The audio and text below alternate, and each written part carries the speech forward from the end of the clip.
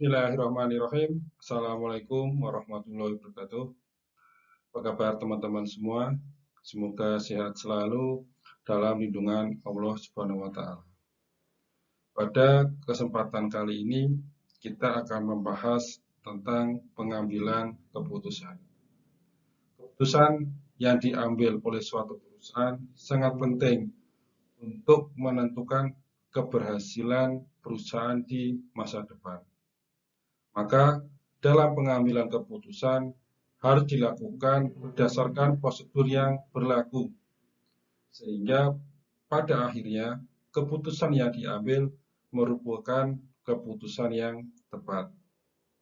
Untuk lebih lengkapnya, mari kita bahas satu persatu. Dalam mempelajari tentang pengambilan keputusan, saya menggunakan dua buku sebagai referensi. Yang pertama, buku dengan judul Pengantar Manajemen, buku dari karangan saya sendiri. Yang kedua, buku dari Bapak Lukman Hakim yang berjudul Pengantar Manajemen, Kajian Teori, Analisis, dan Syariah. Dalam buku ini membahas tentang pengambilan keputusan yang dilakukan oleh perusahaan.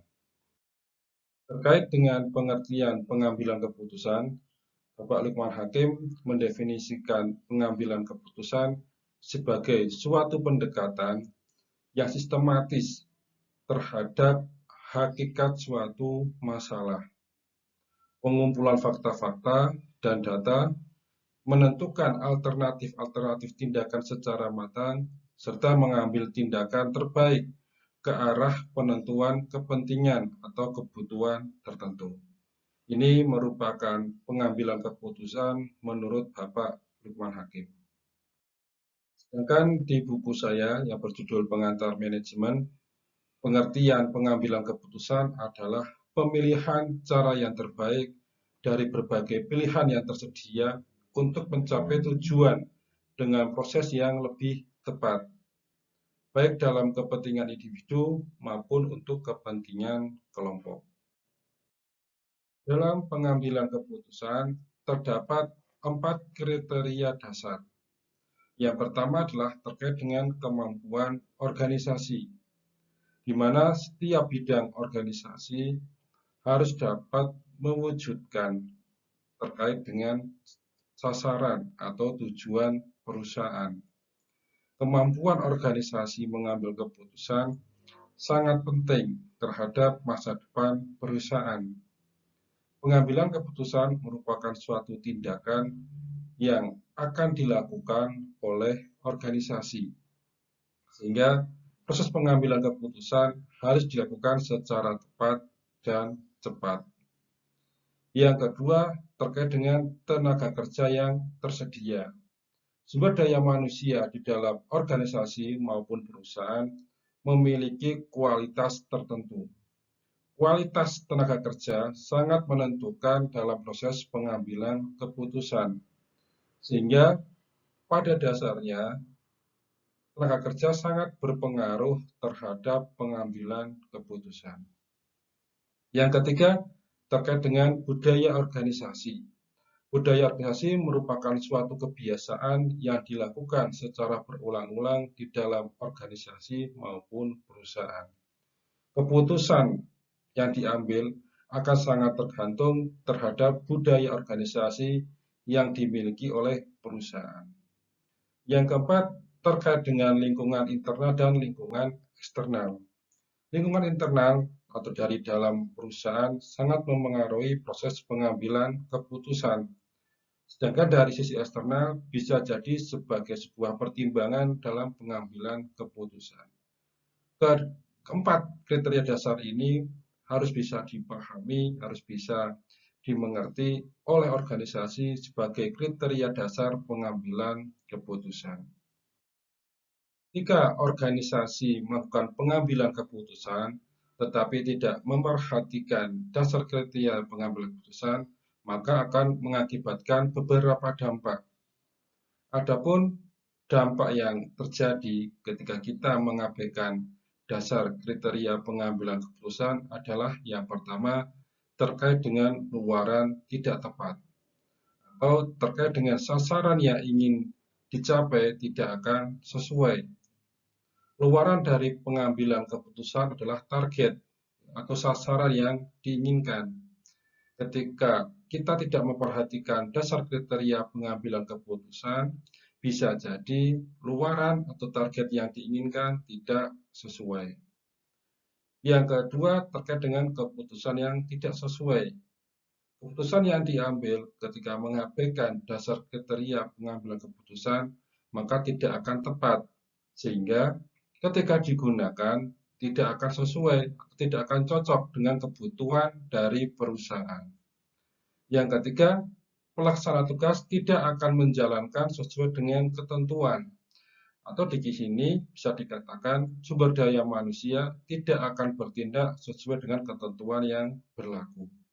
Yang keempat, terkait dengan lingkungan bersikap menolak keputusan. Ada lingkungan internal dan lingkungan eksternal. Terkait dengan keputusan yang diambil, maka lingkungan yang terlibat bisa jadi akan menolak keputusan yang diambil oleh perusahaan maupun oleh organisasi.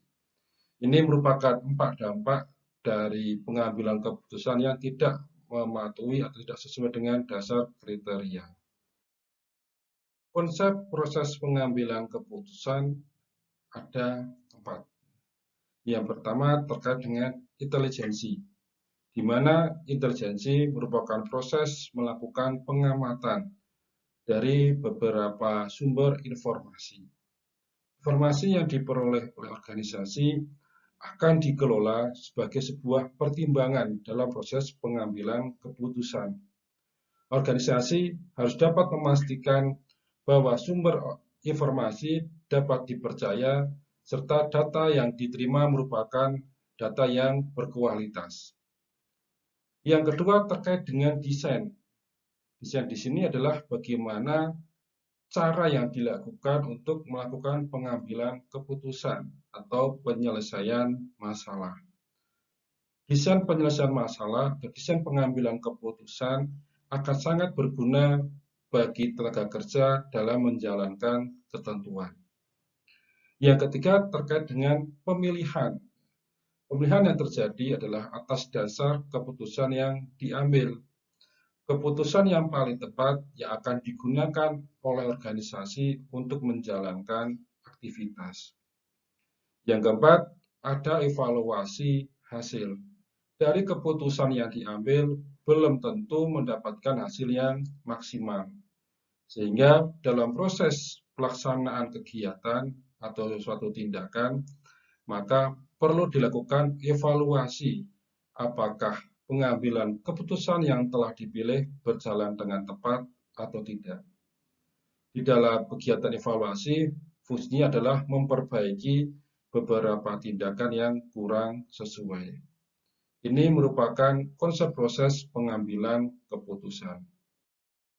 Dalam proses pengambilan keputusan, menurut Elbing, bisa dilihat di layar bahwa ada beberapa kegiatan yang dilakukan.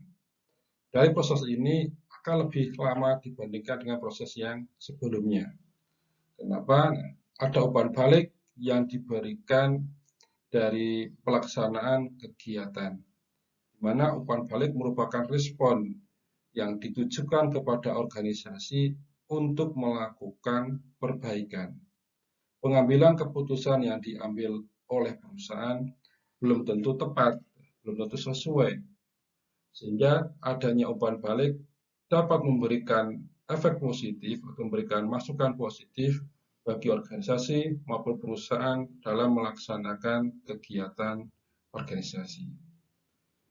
Di dalam suatu proses pengambilan keputusan yang ditentukan oleh manajemen tingkat atas harus bisa memberikan sasaran yang sesuai serta hasil yang sesuai dengan harapan yang diinginkan.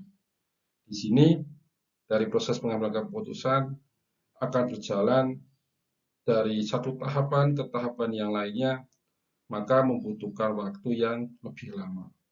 Tetapi hasil yang diharapkan dari proses pengambilan keputusan adalah keputusan yang terbaik atau hasil yang paling maksimal. Terdapat tiga tipe dalam pengambilan keputusan manajemen. Yang pertama terkait dengan keputusan perseorangan dan organisasi, yang kedua terkait dengan keputusan pribadi dan organisasi, dan yang ketiga terkait dengan keputusan dasar dan rutin. Yang pertama terkait dengan keputusan perseorangan organisasi merupakan keputusan yang diberikan oleh perseorangan ditujukan untuk kepentingan organisasi. Manajer memberikan kebebasan kepada anggota organisasi untuk memberikan tanggapan serta pernyataan demi kebaikan organisasi. Yang kedua terkait dengan keputusan pribadi merupakan tipe keputusan yang bentuk pelaksanaan tugas tidak dapat dijalankan oleh orang lainnya. Sebaliknya, keputusan organisasi merupakan keputusan yang dapat dijalankan oleh orang lain ketika orang yang diberikan tugas tidak dapat menjalankan kegiatan tersebut. Yang ketiga, terkait dengan keputusan dasar dan rutin merupakan keputusan penting yang pada awal pendirian organisasi maupun perusahaan. Keputusan ini ditetapkan untuk melaksanakan kegiatan jangka panjang. Manajer maupun orang yang terlibat dalam pengambilan keputusan dasar tidak boleh berbuat kesalahan. Apabila terjadi suatu kesalahan dalam pembuatan keputusan dasar, maka akan berpengaruh terhadap kelangsungan hidup suatu organisasi. Terdapat tiga model pengambilan keputusan. Yang pertama terkait dengan rasionalitas, di mana keputusan rasionalitas didasarkan pada gagasan yang muncul dari manajer dan para pembuat keputusan. Yang kedua terkait dengan keputusan perilaku. Pengambilan keputusan antara praktisi dan akademisi memiliki cara yang berbeda. Meskipun dalam pengambilan keputusan mengedepankan aspek rasional, tetapi dalam praktiknya beberapa praktisi maupun akademisi menggunakan intuisi dalam proses pengambilan keputusan. Intuisi merupakan sebuah kemampuan yang dimiliki untuk memahami suatu hal tanpa melalui penalaran rasional dan intelektual. Yang ketiga terkait dengan model perspektif dan deskriptif, ini juga dapat digunakan sebagai salah satu cara pengambilan keputusan. Di dalam model rasionalitas keputusan, yang diperhatikan adalah terkait dengan sarana hasil akhir. Jadi terkait dengan target, terkait dengan sasaran, merupakan pokok yang paling utama dalam proses rasionalitas keputusan. Yang kedua, model ini juga memperhatikan terkait dengan hubungan kegiatan dengan hasil akhir. Setiap kegiatan yang dilakukan oleh perusahaan maupun oleh organisasi akan sangat berkaitan dengan hasil akhir yang diinginkan. Jadi semuanya harus selalu terhubung. Adanya langkah, adanya tahapan untuk mencapai hasil akhir ditujukan dari beberapa kegiatan yang dilakukan. Yang ketiga adalah terkait dengan tujuan dan sarana yang digunakan. Tujuan merupakan target yang diinginkan, sedangkan sarana adalah merupakan beberapa alat atau kelengkapan yang digunakan oleh organisasi untuk mencapai tujuan. Dalam model perilaku pengambilan keputusan, ada 6 model yang bisa dipilih atau bisa dibedakan. Yang pertama ada model ekonomi. Yang kedua terkait dengan model manusia administratif. Yang ketiga adalah model manusia mobisentrik. Yang keempat model manusia organisasi. Yang kelima model pengusaha baru. Dan yang keenam model sosial. Ini merupakan 6 model perilaku pengambilan keputusan. Di dalam model preskriptif dan deskriptif bisa digunakan sebagai cara pengambilan keputusan. Yang pertama terkait dengan model preskriptif atau bisa dikenal dengan pemberian resep perbaikan. Model ini memberikan salah satu cara bagaimana memperbaiki suatu keputusan atau memperbaiki suatu permasalahan yang terjadi. Yang kedua, terkait dengan model deskriptif merupakan hubungan observasi kelompok. Perusahaan atau organisasi melakukan identifikasi permasalahan, di mana identifikasi ini mencakup semua bidang untuk mencari tahu permasalahan yang sebenarnya. Sehingga pada proses pengambilan keputusan didasarkan hasil observasi di masing-masing bidang. Terdapat 3 teknik pengambilan keputusan. Yang pertama ada teknik kreatif, di mana seorang manajer harus secara aktif dapat menggali potensi dari anggota organisasi. Yang kedua ada teknik partisipatif. Ini melibatkan anggota organisasi dalam proses pengambilan keputusan. Yang ketiga ada teknik pengambilan keputusan modern.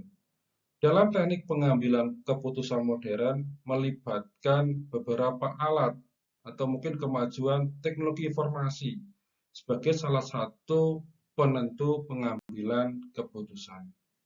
3 teknik ini dapat dipilih oleh organisasi dalam proses pengambilan keputusan. Alhamdulillah kita telah mempelajari terkait dengan pengambilan keputusan. Mudah-mudahan yang kita pelajari pada kesempatan kali ini dapat bermanfaat untuk masa depan yang lebih baik, serta dicatat sebagai amal kebaikan bagi kita semua. Terima kasih. Wassalamualaikum warahmatullahi wabarakatuh.